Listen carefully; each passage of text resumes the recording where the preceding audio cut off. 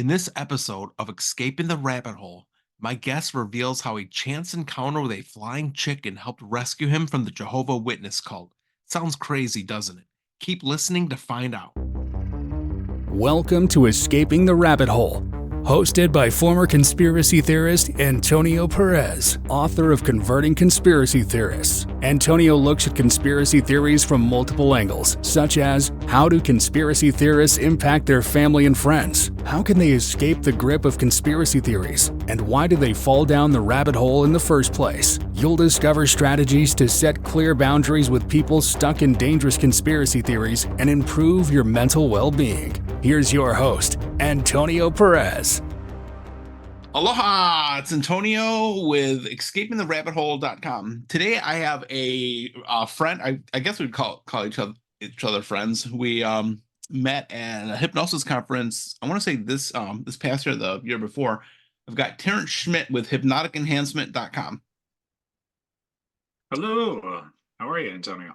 I am doing rousing, and I don't know if that word makes sense. I'm doing good. I'm trying to sound a little more smarter than. Oh yeah, well that's okay. We use some big words. Use a big word, and it helps if you want to show everybody your collection of books. Oh yeah, that's one great way of looking smart. Get a whole bunch of books. You know, the fun thing about having a bunch of books is that people will assume that you read them all. Exactly. So, You look smarter. Books up the wazoo. See. And you know what? It's funny. There's a book you would actually like. This works good for hypnotists. So this guy wrote 2 books. I know you're going to jam out on this. Street Epistemology. It's all about how to help somebody to change their beliefs without attacking the belief directly. In this book, they talk about something called the unread library effect, where we think we're smarter because we have access to knowledge. Because we have that knowledge, we're like, I know more about this. His other book is, I know you're going to love this one, A Manual for Creating Atheists. Okay. He does, so if you look up street epistemology on YouTube, they, him and another one, I think is Anthony Mabagasso. I'm trying to remember his name off the top of my head. They, it's basically like street preaching, but where you're talking to somebody about their beliefs. Yeah. And you're using, different questions help them understand how they came to believe what they believe. One question that I love in this methodology is a scaling question of, on a scale of 1 to 10, how confident are you in the belief of X? Whatever they give you, I mean, they think you're gonna try challenge. Go, why didn't you choose a higher number? And you just say, just like Mike Mandel talks about instant influence, you say, why didn't you choose a lower number? Then they're like, Yeah. well, and they have to kind of dig into why they don't believe it. Uh-huh. So can you give my audience a quick background of, actually tell my audience like what you do now, and then we can kind of dig into why we decided to get you on the show. All right. So these days I'm a hypnotist, and I work with people who have sexual dysfunctions, helping them clear out that stuff through the means of hypnosis and get back to happy, healthy life. Let me clarify. That's not the reason. This is not a therapy call for me. Just clearing that out right off the bat. Yep. No, it is not. So before I came there, and it's been a long, strange trip to get here. But before that, I was at 15 years old. The Jehovah's Witnesses came knocking on my door, and I wound up spending 10 years of my life as a Jehovah's Witness, which Was that 10 years too much? that was, I'd say 8 years too much. Like, just to give you some background, before that, I came from a very, very messed up family. And I was basically raised like a wolf. No, actually, that's not true. Wolves have more of a social structure than I had. My mother used to think nothing of leaving me out on the streets of New York for 4 hours at a time when I was 4 years old. Oh, was it like, I mean, you don't need to dig into it. Was it like addiction issues or? No, just she wasn't all there. Like, she had her first 2 kids taken away, stayed in New York. So So basically you're like a feral animal then. yeah, pretty much. So in the Jehovah's Witnesses, at least I got to be around people who would say, okay, yeah, don't, that thing you're doing, yeah, don't do that. So And it gave you some structure. yeah, they were good about having structure. Unfortunately, that's where they began and that's where they ended. Yeah. It's not really a group that where you just keep growing. You run into the end of growth very quickly, which is why I say 2 years. 2 years, I had learned everything that I was going to learn from them. The next 8 years, we're trying to escape the mental prison that they create for people. You know, the first time I met a Jehovah Witness, but this is the first time I love when people come to our doorstep. I'm like, oh, let me have fun with this one. I'm sure you have fun with them now. This I remember I think I was hungover. I was probably 21. At my parents' house, or maybe I was 19, I don't remember. My brother, he said, hey, somebody's at the door. And at the time I had I was real big into Slipknot. So for Halloween, I had we're gonna pretend this is just Slipknot. I had like the one of those orange kind of jumpers. It looked like a mechanic jumper, and then I had it was like a bondage mask that I used for a Halloween mask. It's quote unquote Halloween. Sure, sure. And my brother's like, there's people at the door. So I was all hungover. I'm like, okay, I put all the stuff on, put the bondage mask. I walked up to the door holding a beer. I'm thinking this is gonna scare them away. It did the complete opposite. They're like, oh my God, he needs to be saved. So I'm like, oh shit, that didn't work. You know exactly what happened. I thought they're gonna be like, oh, we're gonna leave him alone. He doesn't need us. No, he needs Jesus. Y'all need Jesus. Yeah. Or Yahweh, however you call it. And then another time I thought I was stringing, they might have been the one stringing me along. I think it might have. Now that I thought about it, whoever sets the frame is the one that wins. Yeah. They're the ones coming to you. They're coming to you. It's almost on your domain, but it's almost like they're still the ones setting the frame. Yeah.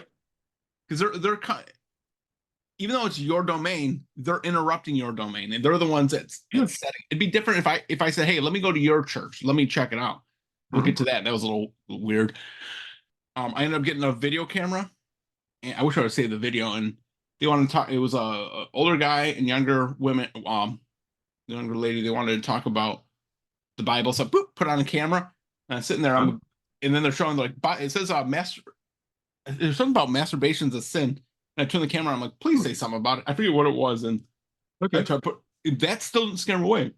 At one point, the guy, I was having a working midnights at this grocery store, which almost at the time was better for me because I was antisocial, or just like, I don't want to be around people. This works out better. And he had offered to like drive me there in the mornings. Because I think that's what it is. You're right. They're trying to befriend you, give you structure, and then suck you in. I had went to their church one time. When I went to the church, I think at the time I was like, maybe there's some cute girls here. And maybe a part of me is like, maybe I need some structure. Let me go check. Get to the church, and they were asking the audience, like, why don't we smoke? And with unison, everybody put their hands up. They're like, because Jehovah said so. Hands down. I'm like, I was like, wow. I was like, that's scripted. Every time it was, why don't we? Because Jehovah said so. It was like a Tony Robbins, like, who wants to be more successful? Wow. Who here has a pulse? Arms up. It was so that was my extent with the Jehovah's. Okay. And then one last event. My parents were trying to sell their house in Detroit before we moved out to Kauai. 2008. It's like 2008, I think.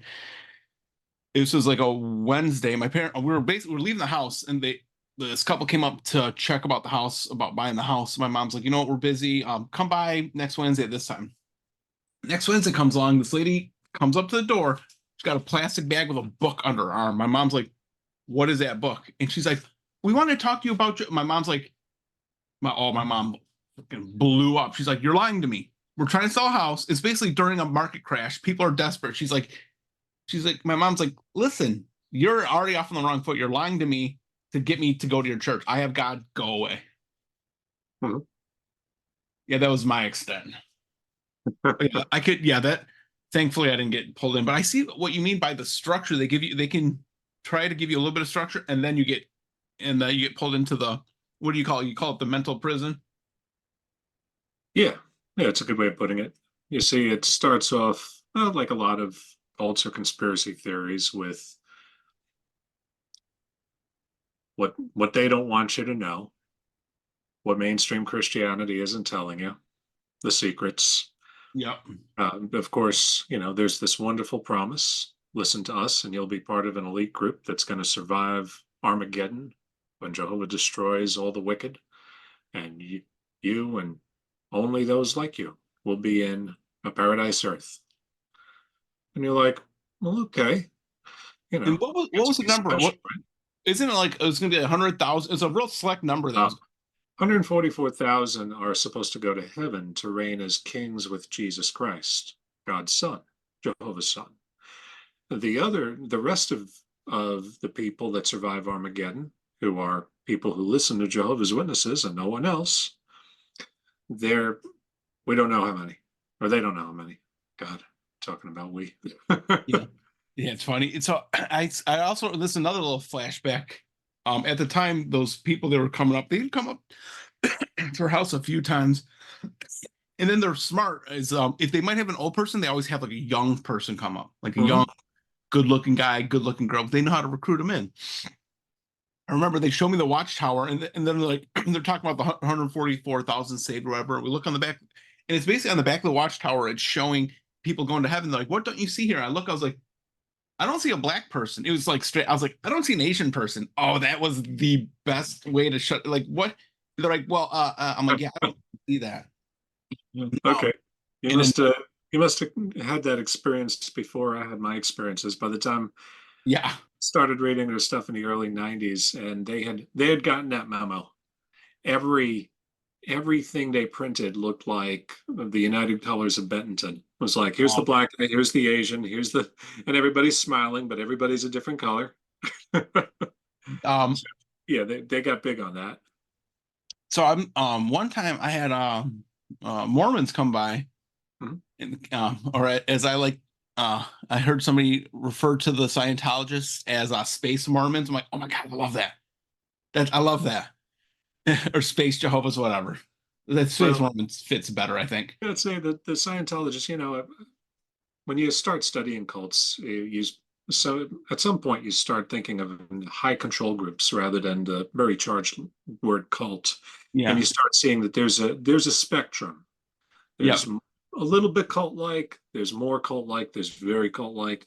The Jehovah's Witnesses kind of cult like, in that at some point, they can tell you you're not allowed to talk to your kids anymore because your kids got baptized as Jehovah's Witnesses and then decided to leave, which happens all the time.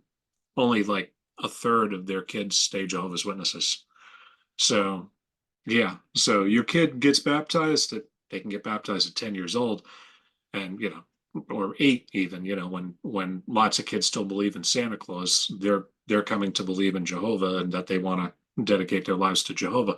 16, 17, they're looking around going, okay, this is bullshit. No, I'm not doing this anymore.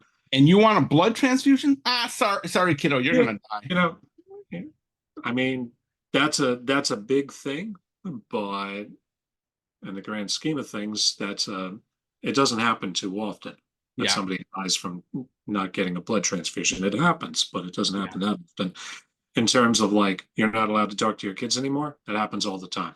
That's Or so you're not allowed to talk to your brother or sister anymore. Yeah, that that kind of stuff. that's 100% the definition of a cult. I think it's pretty good. It's pretty good. Yeah, it's definitely high control. And I when they tell you who you're allowed to talk to, what information you're allowed to consume, you're not supposed to listen to people like me, people who used to be Jehovah's Witnesses and turned around and said, I'm thinking about that differently now. Not allowed to listen to me yeah. talk. So they got behavior control, thought control, information control, and emotion control. They're going to tell you what to believe, what to think, what expression to have on your face while you're thinking the thoughts you're supposed to think and believing what you're supposed to believe. So yeah, like Check, yeah, check, check, and check. yeah, that's the bite model. Stephen Hassan. Are you Yeah. familiar with it? Okay, I do want to get him on the podcast. hey, you should. To get instant access to the newest episodes of the podcast and the first 3 chapters of Antonio's newest book, go to www.escapingtherabbithole.com and enter your first name and best email and smash the button that says Get the Podcast. The one time when the Mormons, I think one of the times the Mormons came over, I can still remember clearly. Knock on the door, parents' house in Detroit. There was a Filipino. I can see in my mind. There's a Filipino. I think it's Filipino or a South American white guy. And I remember I told them, you know what? I don't really have time to talk now. Can you come by Wednesday? I didn't have a job at the time. At that time I had a lot of mental health issues. I wasn't working. They took off, and so of course I jumped on. Was Google around? I think Google might have just been. It was like mid 2000s. Like freaking jump on Google, or maybe it was Metacrawl. I can't remember what search engine I used, and I Googled about the Mormon Church, and then apparently blacks were not allowed to hold priesthood until 1979. So, so when I asked them about that, I'm like, so why were blacks not allowed to hold priesthood? Like, oh, there must be a perfectly good explanation. I'm like, I can tell you what the explanation is. Like, we can tell you. Yeah. But your God doesn't like black people in the Space Mormon the Space Mormon Church. Now, what I thought it was the Mormons themselves, the actual Mormons, that weren't allowed to, where blacks couldn't be priests until the 70s. Yeah. Sorry, it was Mormons. Yeah, they weren't allowed to build priesthood until I think it was 1979. Messed up. What was your idea of like mental health issues when you were, I guess, growing up around that? When I was in the Jehovah's Witnesses? Yeah. What was your perspective, your idea of mental health then versus now? Oh, man. I had no idea what mental health looked like. I can tell you that a lot of the Jehovah's Witnesses, for all their happy smiling faces, were on antidepressants, and a lot of them were dealing with chronic fatigue syndrome and fibromyalgia. What I came to learn as I studied hypnosis, and including a lot of work with, I took a course, Old Pain to Go with Stephen Blake. Yeah. And modalities of dealing with chronic pain, and learned that fibromyalgia and chronic fatigue syndrome are generally come along with this belief that you're not doing enough, you're never going to do enough, and you got this internal monologue that says whatever I do isn't enough. I can never do enough, and if I get up and I have energy today, I'm going to do as much as I possibly can. And then of course, you have another flare up of the chronic fatigue or the fibromyalgia, and it turns out that those things are trying to tell you, hey, settle your butt down. Yeah But you've got this belief going around in your head that says, I got to do more, I got to do more, I got to do more. And the Jehovah's Witnesses, every freaking meeting, they're just like, brothers, could you be doing more? Sisters, could you be doing more for Jehovah? Don't you love Jehovah? And is it are Jehovah's, are those elders, or those are Mormons? Right? Mormons are elders, Jehovah's right? Witnesses. Jehovah's Witnesses. Are the Mormons, every guy's an elder. Okay. And the Jehovah's Witnesses elder he's been around for a while, and they give him a position of overseer.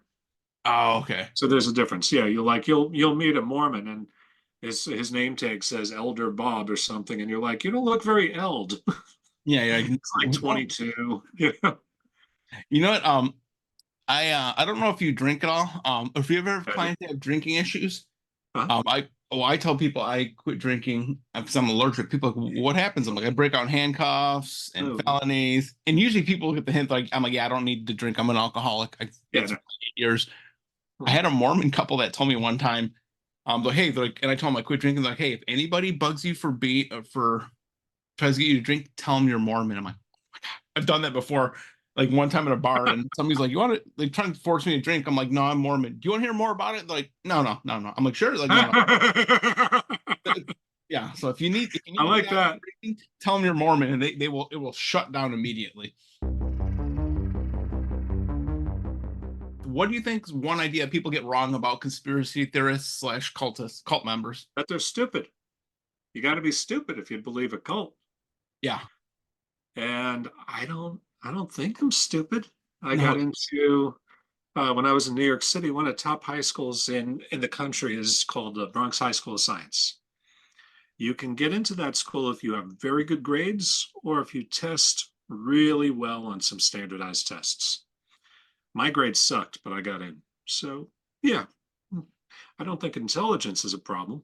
Yeah. I don't think like not like obviously I was a conspiracy theorist. I'm not stupid. I mean, I didn't believe that I was stupid. That was just from, I guess, just beliefs I picked up along the way. I mean, I've done some dumb things. Don't get me wrong. I've made some really stupid decisions. I'm not going to be throwing stones there. Yeah, yeah, yeah. Glass houses, stone, something like Yeah. that. I With mean, that I being joined the said, Jehovah's Witnesses. what was that? I mean, I joined the Jehovah's Witnesses objectively. Exactly. Not the smartest move one could make. With and you did that on your own accord, right? That wasn't from like a Yeah. parent's influence. Okay. Now, the only influence my mother, who was looking for somebody to outsource raising me to, when the Hey, Jehovah's Witnesses showed up, she was like, "Hey, you should listen to these guys." Mother of the year, go yeah. ma. Go, She's not mom. allowed to give me advice anymore, by the way. Yeah. Hey, here's a babysitter. Uh-huh. If Jehovah's ever come up, I'm like, hey, like, I'm gonna try this as a tactic. If they come up like, dude, I need a babysitter for tonight. Like, can you watch my kid? Like, and just hand them the keys and walk out of the house. I'm gonna straight up do that. I'm gonna do that next time they come up and be like here, so here's my keys. Like, dude, I need a babysitter. Can you watch my kids? And just walk out for like 10 minutes. And they're gonna walk in and be like, and I'll come back. I'm like, oh my god, you lost the baby already. What the hell? That'll Yeah. teach them never to come back. Yeah, I'm pretty good at coming with a solution on the fly, a good pattern. Oh, that's perfect. I love it. That's perfect. Oh, Yeah. I'm gonna have to remember that one. Oh, They're yeah, gonna yeah. learn not to come by here. Totally. But the idea, I don't think people are necessarily stupid, but I guess they can become stupid along the way. Your logic, basically a logical fallacy, and it looks stupid to people on the outside, but they're trying to do the best with the limited resources they have. Yeah. I think more, it's like a con man. What does a con man need in a victim? What does a con man need a victim to be? Needs them to be desperate, Yes. or greedy. They got to be desperate or greedy. The little old lady whose savings are running out, perfect mark for a con man. Then he just makes himself believable, makes it sound like she can get what she needs, and she'll dump her entire life savings into his lap. So sad. Or a rich businessman who's never going to have enough. Perfect for a guy like Bernie Madoff. Oh, no kidding. Or Jordan Belfort. Yeah. They just want more, more, more, more. Just like the idea of you're talking about how the elder saying, have you done enough for Jesus? Have you done enough in your business? Yeah. Well, the situation I was in, I wanted what Bronx Science offered. You go to Bronx Science, you graduate, you go to a great college, you graduate, you get your doctorate, and you start working in a lab, and eventually you're running your own lab and you get your Nobel Prize before you're 40. And you're a somebody. You're an expert. You know things that most people don't know. Oh my God, that's a conspiracy theorist. Uh-huh. Except the only difference between the conspiracy theorist on one hand and the person who's done all the work is that the person who did all the work did all the work and really knows something that most people don't know. The conspiracy theorist wants to feel like they know things that most people don't know. But they're just taking a cheap and easy way out. They're watching YouTube videos for 3 hours and thinking that now they know things that the masses, the sheeple, they don't know. Yeah. They're just living in it. They're asleep. Wake up, sheeple. Wake up. know this thing. Oh my God. Research. Oh, Jesus Christ. You sound like me back in the freaking mid 2000s. In my book, Converting Conspiracy Theorists, another shameless plug.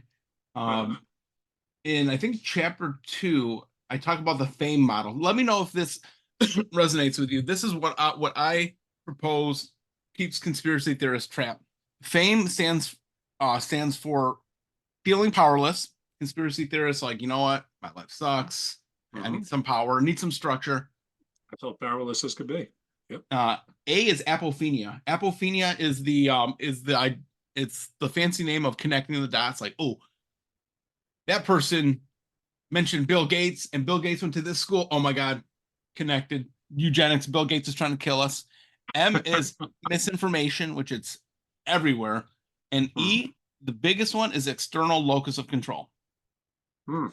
You're familiar with locus of control, right? Oh yeah.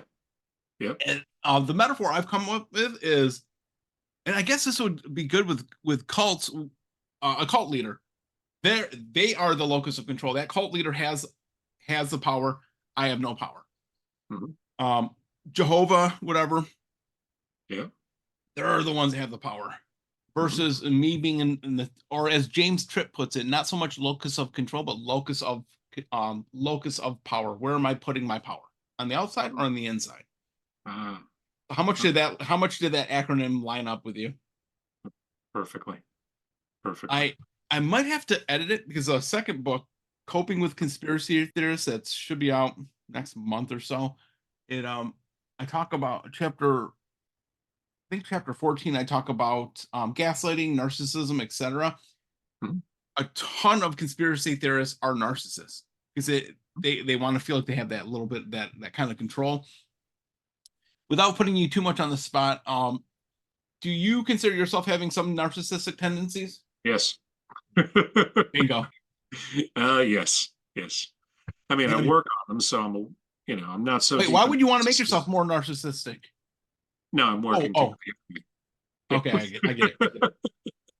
Yeah, you see what I do? When I find something about myself that's not good, I try to change it to being more good, not to being worse. Okay, that's good. That's a pro tip for you, free of charge. Nice. Steve Andreas in his self-concept model talks about, I'm going to butcher this. He talks about how he has the idea that our self-concept is made up of different examples of qualities. Like I know I'm a kind person. After helping our elderly neighbor for the past 8 years, you have to at least like people to a degree. And he proposes, I think you can ask yourself a question like, how do I know I'm a kind person? Then you can imagine, maybe for me, I like see examples of me being kind. It looks like domino shooting off, a bunch of examples. But he talks about how you don't want to have a 100% complete, perfect database of memories, etc. Because if you do that, you're not pasting in any of the you're not making yourself you're not deluding yourself, making thinking you're perfect. Think about how many people do we know that go to a hypnosis conference because they are huge narcissists. They want to because NLP gives people that power. Like I can appear more confident, I can appear this, I can appear this. I'm like, and you could also work on the stuff on the inside. You don't try to polish a turd. Yeah, you can do magic with hypnosis, and probably the best thing to work on is the stuff deep inside, as opposed to using hypnosis to make people like you or using hypnosis to appear to be a better person. You can just go ahead and make yourself a better person and get all the other stuff free of charge. It's probably easier to make yourself a better person. I think so. Yeah. But people are like, oh, but that takes work. You know what it is? But it also ties into I just unpack another thought that ties into that narcissistic trait of I can just make people do things for me. Oh yeah.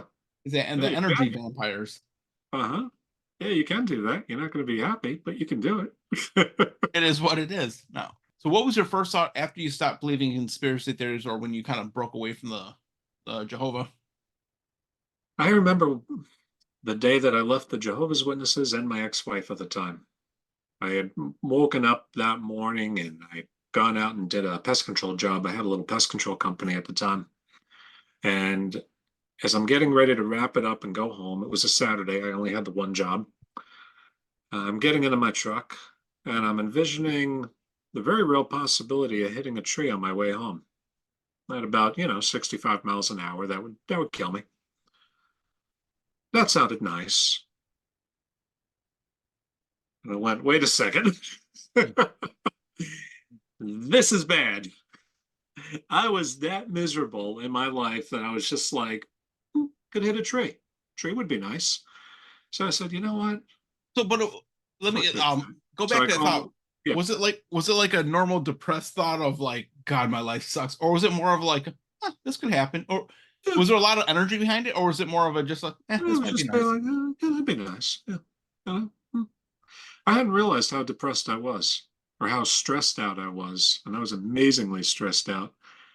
But Did you not consider it stress, or did you just consider, oh, this is just how life is? yeah, just how life is. I have a pain in my neck all the time. I Wow. don't feel any joy in anything. That's just the way it is. And then, yeah, as I realized that I was looking forward to crashing into a tree, I called my wife and said, hey, we're done. I'm done. Did you meet her in the church? Yeah.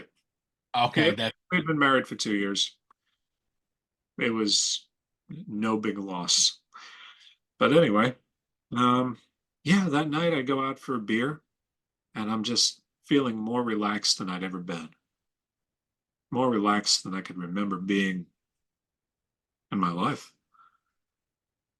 so Ah, you made that, you already made that change. You made that change. Like it's like a smoker that's like a smoker's like, I don't know if I want to quit versus somebody that's already quit before they talk to a they've made that decision.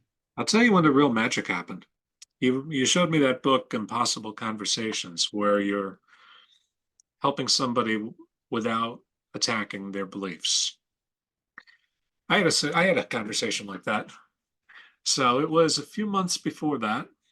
This happened in August. This was in May. We had a conversation. I start talking to this janitor washing windows as I'm walking down the street in Athens one day. And he's asking me about the Jehovah's Witnesses, what I'm talking about. He's not arguing a single point. He's not arguing any of the theology with me.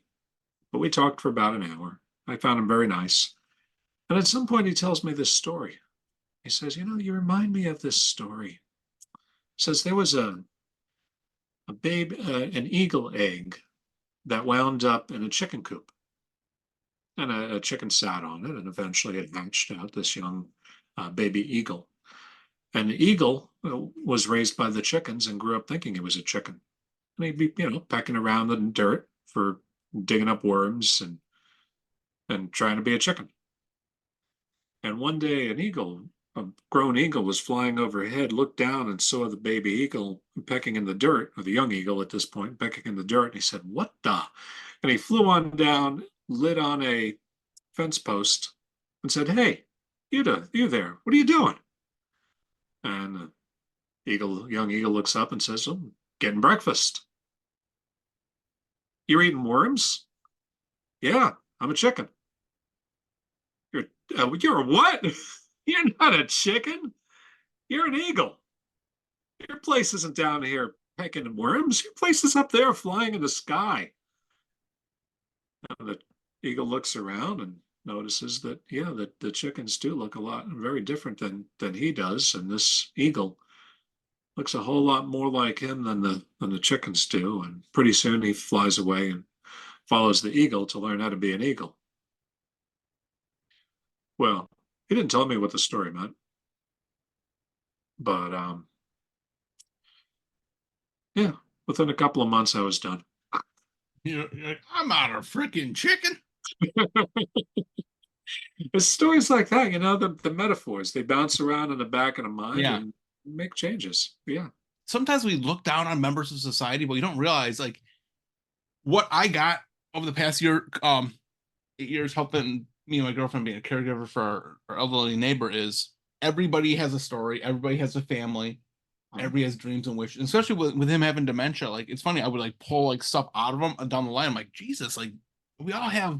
I remember one time I was sitting down outside of his house and I'm like, Uncle, he was 88 at the time. Uncle, do you know what hypnosis is? And he's like, yeah, isn't that when your brain settles down? I'm like, holy, what a good explanation. A lot of Mhm. hypnotists want this convoluted stuff. I'm like, no, we help you to settle down so you can start working better.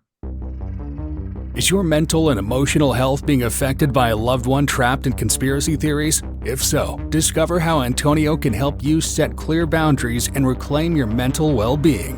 Book your free 20-minute consultation call by going to www.escapingtherabbithole.com and clicking the button that says Get Started. People would ask me about the lizard people, reptilian agenda. Oh, I'm not that crazy. I just believe in this batshit crazy stuff. So I think we all have a line where we won't go. Oh yeah. What in Jehovah was too crazy for you to go? Oh, well, I was a Jehovah's Witness. I believed whatever they told me to believe. And it changed. You know, they were always changing it up a little bit. So whatever you believe today, when you go into the district convention in the summertime, you were going to come out believing something a little bit different. Because they taught that the light gets brighter as the day draws near, and that Jehovah was refining the understanding. And what that meant was whatever you believed, you had to be ready to change that belief as soon as they told you what to believe now. And what that meant was whatever you believe, whatever any Jehovah's Witness believes today, they have to understand that it's not going to be the same thing tomorrow. Which means they're wrong about something. They just don't know. That's a good way to keep you trapped. You got so many. I have a conspiracy theory about conspiracy theories, very meta, that the first conspiracy theory that you get introduced to, foundation of a house. Anything else that you learn gets stacked on top. So I think to attack all the other ones is best to go after the original one. That way I think it could ripple through. Go to the foundations of the Bible, where God tells Adam, on the day that you eat from the tree of the knowledge of good and evil, on that day dying you shall die. And what happens? The serpent says, no, you're not going to die. And Adam eats of the apple and falls down dead immediately, just in keeping with exactly what God said, dying he died. No, he didn't. Wild. The whole foundation of the Bible is built on bullshit.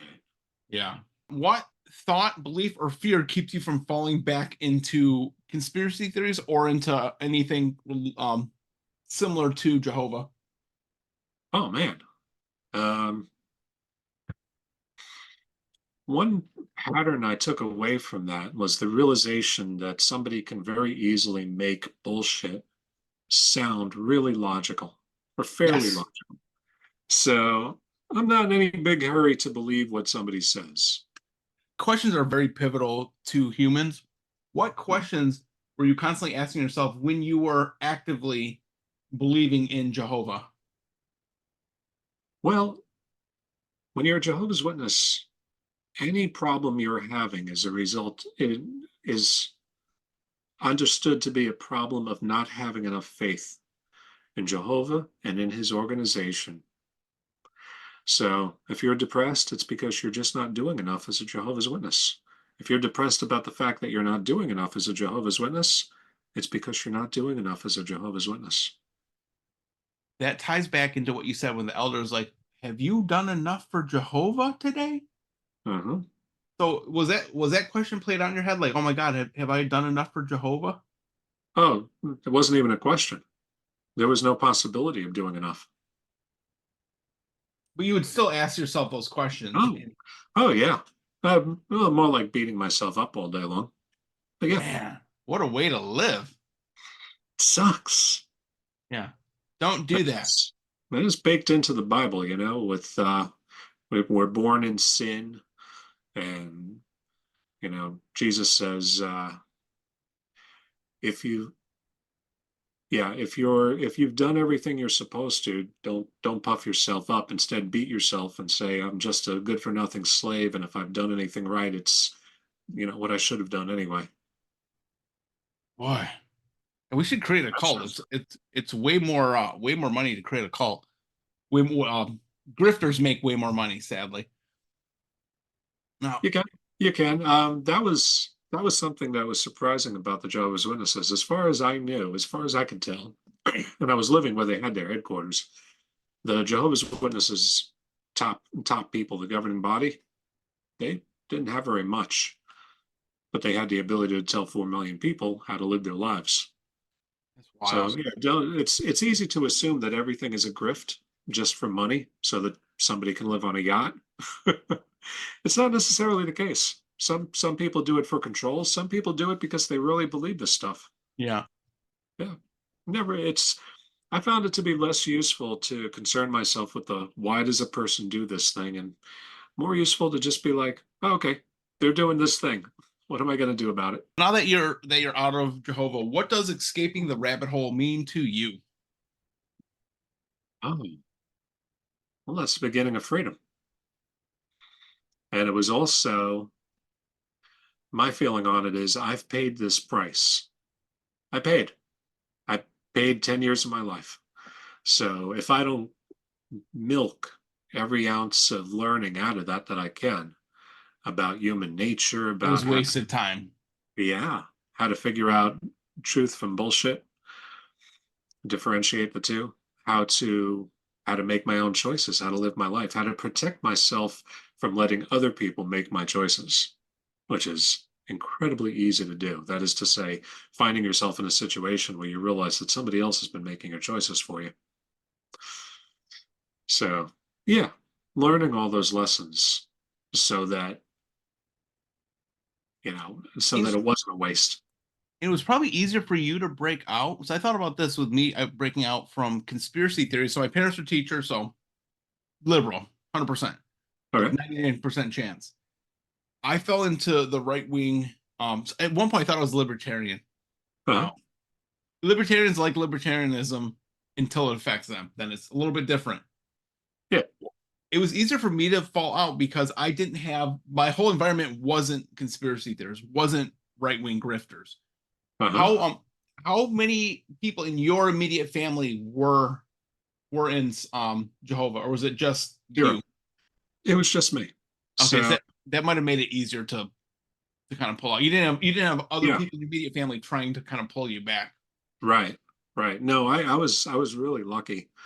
One of the things that keeps people trapped in the Jehovah's Witnesses is when you leave.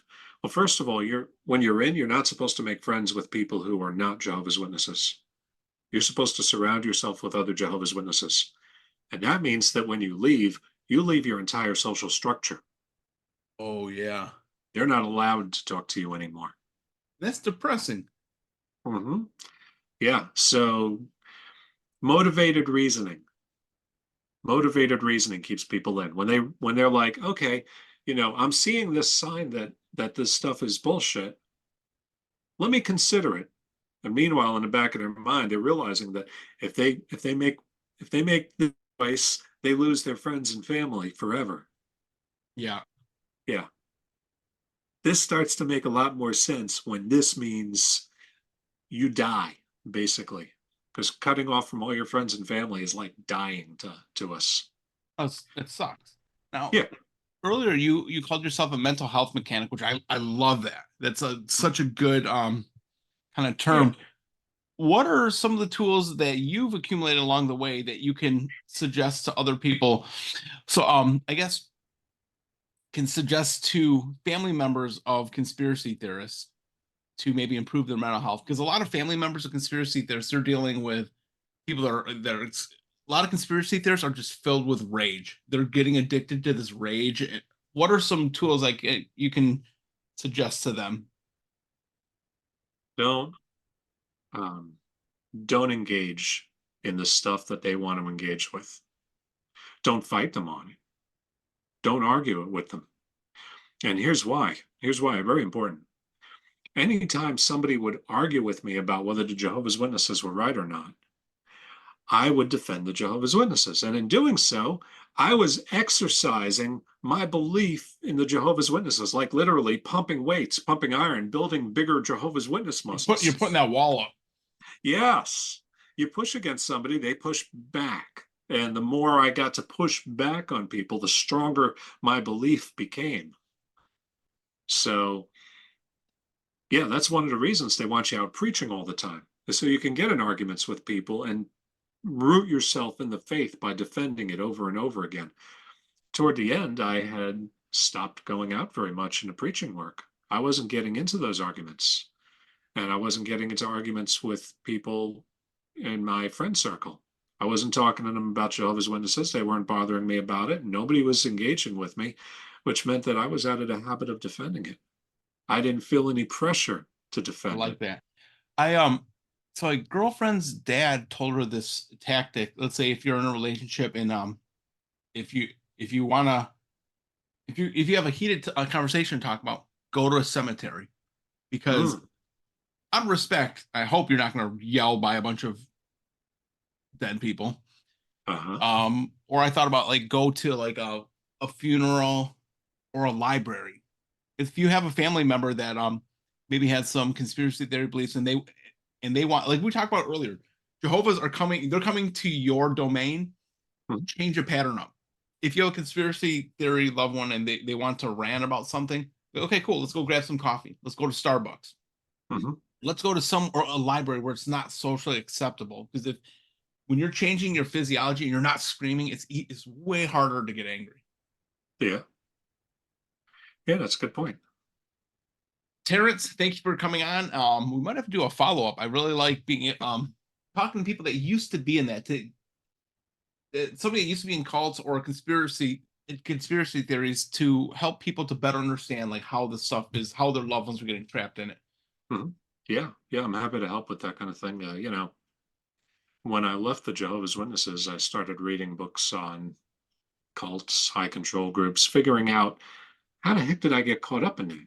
Because, I'm looking at myself going, pretty sure I'm not stupid, but that seems like a stupid thing, Yeah. Something a stupid person would do. So I had to read up on all that stuff to figure out, oh, that's how that works. Okay. And then, of course, definitely play into the narcissistic role. It's like, oh, I got some secret knowledge none of you have. Yes. Oh, yeah. Well, it's basically it's an inferiority complex hiding behind narcissism, and narcissism is an inferiority complex. So it's not enough to be equal. Yeah, you've got to be better than, or you're less than. Hey, I look forward to seeing you at Hypno Thoughts. All right, awesome. Aloha. I'll talk to you soon. Bye. Thanks, man. Have a good one. Thanks for listening to Escaping the Rabbit Hole. To get instant access to the newest episodes of the podcast and the first 3 chapters of Antonio's newest book, go to www.escapingtherabbithole.com and enter your first name and best email and smash the button that says Get the Podcast.